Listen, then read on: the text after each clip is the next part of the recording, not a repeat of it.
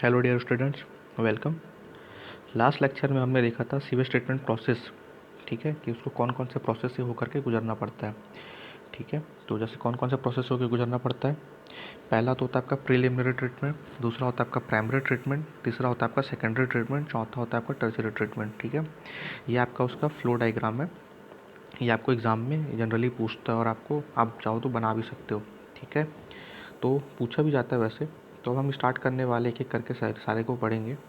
तो पहला हम स्टार्ट करते हैं प्राइमरी ट्रीटमेंट से या फिर प्रीलिमिनरी ट्रीटमेंट से। ठीक है, तो देखो इसमें क्या होता है। पहला आता है आपका स्क्रीनिंग। अब स्क्रीनिंग हम सबको भी पता है क्या होता है, एक जाली होता है। ठीक है, जो लगभग आपका 30 से लेकर के 60 डिग्री या 30 से 45 डिग्री में भी प्लेस्ड हुआ होता है, इंक्लाइन, तिरछा।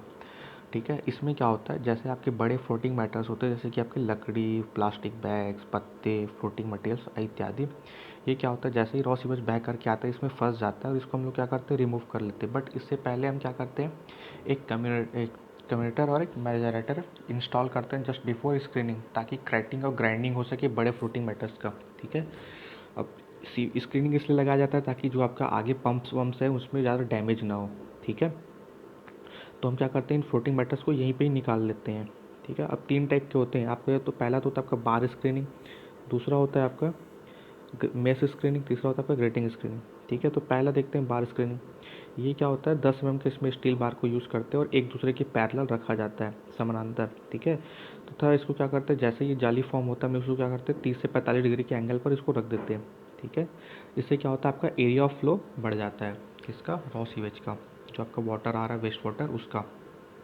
ठीक है, अब देखो, अब इसमें हमने 2 टाइप का स्क्रीनिंग यूज़ करते हैं, या तो आपका मैकेनिकली ऑपरेटेड होगा या तो मैनुअली ऑपरेटेड होगा। मैकेनिकली ऑपरेटेड में क्या होता है, हम मोटर्स यूज़ करते हैं ताकि स्क्रीनिंग में जैसे ही जैसे आपके फ्लोटिंग मैटर्स फंसते जाएंगे वो अपने आप रोटेट हो करके बाहर निकलते जाएंगे, क्योंकि वो स्क्रीनिंग घूमते रहेगा ना, मैकेनिकली ऑपरेटेड बोला जा रहा है।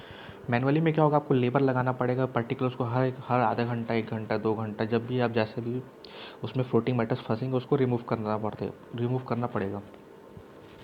ठीक है, तो ये आपका हो गया स्क्रीनिंग। ठीक है, आप स्क्रीनशॉट लेते जाइए अगर आपको इनका, और ये आपके एग्ज़ाम में आएंगे तो आपको ऐसे ही लिखना पड़ेगा। ठीक है, मैस स्क्रीन में क्या होता है, हम इसमें क्या करते हैं, पतले पतले तार, पतले पतले मतलब कि आपके जो 10 mm से कम रहेंगे आपके डाया बार। ठीक है, इनका यूज़ करके हम इनको बनाएंगे। ठीक है, फिर आता है आपका ग्रिड रिमूवल बेसिन। अब क्या होता है, इसमें हम इनऑर्गेनिक पार्टिकल जैसे कि sand, gravel, axles, bones, non decomposition material etcetera को हम क्या करते हैं, रिमूव करते हैं, किसमें, ग्रिट रिमूवल बेसिन में। देखो ग्रिट मतलब क्या होता है, बड़े particles, sand wand gravel Wavell etcetera, या एक्सेल्स या बोन्स। ठीक है, तो इनको कहाँ यूज़ निकालते हैं हम लोग, ग्रिट रिमूवल बेसिन में इसका यूज़ किया जाता है। अब ग्रिट रिमूवल बेसिन का डिज़ाइन लगभग सेम सेडिमेंटेशन टैंक की तरह होता है। इसमें क्या होता है, हम बड़े पार्टिकल्स को सेटल कराते हैं। ठीक है, तथा जो छोटे छोटे पार्टिकल्स होते हैं उनको आगे बहने दे देते हैं। ठीक है, इसको कहाँ प्लेस किया जाता है, जस्ट स्क्रीनिंग के पहले। अब देखो ग्रिड चैम्बर भी एक तरह का ग्रिड पार्ट उसी की तरह है, बट इसमें क्या होता है, ग्रिड चैम्बर को हम लोग ऐसा डिज़ाइन करते हैं कि जो हाई स्पेसिफिक ग्रेविटी, जैसे कि जिसका स्पेसिफिक ग्रेविटी 2.6 से ज़्यादा है, कि पार्टिकल या फिर 0.2 mm से बड़े पार्टिकल्स को हम रिमूव कर सकें, इसलिए इसको लगाया जाता है।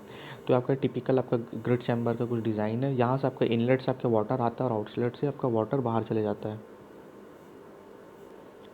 ठीक है, और जितने भी ग्रिड पार्टिकल्स होते हैं वो सेट टैंक के नीचे साइड में आकर के सेट हो जाते हैं। ठीक है, और जिसको हम कहाँ, यहाँ से हम स्लश डाइसर टैंक में या फिर वहाँ पे इसको ले जाया जाता है। ठीक है, अब देखो इसके बाद आता है आपका क्या, इसमें हम लोग थर्टिकल सेटलिंग वेलोसिटी 21 mm/सेकंड या फिर पार्टिकल सेटलिंग वेलोसिटी 25 से 30 mm/सेकंड रखे जाता है। ठीक है, इस टैंक का जो लेंथ होता है बहुत ही ज़्यादा होता है और क्रॉस सेक्शन जो भी होता है वो बहुत कम होता है। ठीक है, लेंथ ज़्यादा विड्थ कम। ठीक है, अब एक चीज़ इंपॉर्टेंट नोट पॉइंट है कि इस ग्रिड चैम्बर में हम लोग ऑर्गेनिक मैटर को सेटल नहीं होने देते। इसके बाद आता है हमारा डाइट्रेटस टैंक। ये भी एक तरह का ग्रिड चैम्बर ही है। इसमें क्या होता है, हम बड़े पार्टिकल्स को सेट कराने के लिए नहीं बनाते, बल्कि इसको इसलिए बनाया जाता है ताकि हम छोटे पार्टिकल्स को भी सेटल करा सकते हैं। ठीक है, अब जैसे कि एक नोट पॉइंट लिखा हुआ है, बहुत ही छोटे पार्टिकल्स को सेटल कराने की वजह से इसमें बहुत सारे ऑर्गेनिक मैटर भी सेटल हो जाते हैं। ऑर्गेनिक मैटर मतलब जो नेचर से फॉर्म होता है। ठीक है, जैसे कि आपके फ्रूट्स, वेजिटेबल्स एक्सेट्रा। ठीक है, इसके बाद देखते हैं स्कीमिंग टैंक। ठीक है। अब स्कीमिंग टैंक क्या होता है, इसमें हम ऑयल, ग्रीस या फिर सोप्स को रिमूव करने के लिए बनाया जाता है। इसको सेडिमेंटेशन टैंक के पहले लगाया जाता है। इसमें टैंक के बॉटम से कंप्रेस्ड एयर को छोड़ते हैं, जिससे क्या होता है एयर ऊपर की ओर बहुत तेज़ी से आता है, और रास्ते से ग्रीस, ऑयल इत्यादि को हम लोग क्या करते हैं, फ्लक्चुएट कर देते हैं, अलग कर देते हैं, जो टॉप सरफेस पे आकर आके जमा हो जाता है, जिसको हम क्या बोलते हैं, स्कीम लेयर। ठीक है। अब देखो जनरली क्या होता है, स्कीमिंग टैंक हम लोग इंडिया के लिए सूटेबल नहीं है। क्यों? क्योंकि इसमें क्या होता है, ज़्यादा टेम्परेचर पर ऑयल और गैस जो होते क्या होते, फ्लक्चुएट नहीं होते। ठीक है। इसलिए इंडिया में स्कीमिंग टैंक की जगह पर ऑयल एंड ग्रीस ट्रैप बनाया जाता है। तो कुछ ये सब इंपॉर्टेंट पॉइंट्स हैं जो आपको ध्यान रखना है। ठीक है। अब ये ऑयल ग्रीस ट्रैप सीवेज को क्या करते हैं, म्युनिसिपल सीवर में मिलने से पहले बनाया जाता है, ऐसा कह रहा है। तो कुछ ये आपका ऐसा आपका स्कीमिंग टैंक दिखाई देता है। ठीक है। तो आपको टिपिकल आपको डायग्राम याद रखना है, जो आपको एग्ज़ाम में बनाने के लिए काम आएंगे। ठीक है। स्कीमिंग टैंक कैसा होता है, और देखो स्कीमिंग टैंक में क्या हो रहा है, नीचे से एयर को पास करा रहे कंप्रेस्ड एयर, जिससे क्या होता है जो वाटर, वेस्ट वाटर में आपके जितने भी ऑयल ग्रीस पार्टिकल्स होंगे टॉपर पे आकर के जमा होते जाएंगे, और जिसको अलग से कलेक्ट कर लिया जाता है, फिर उसको किसी मैकेनिकल मशीन के थ्रू उसको अलग कर लिया जाता है। ठीक है। अब ये आपका होता है ऑयल एंड ग्रीस ट्रैप। ठीक है। तो ये इसके बाद हम पढ़ेंगे सेडिमेंटेशन टैंक नेक्स्ट लेक्चर में। तो थैंक यू।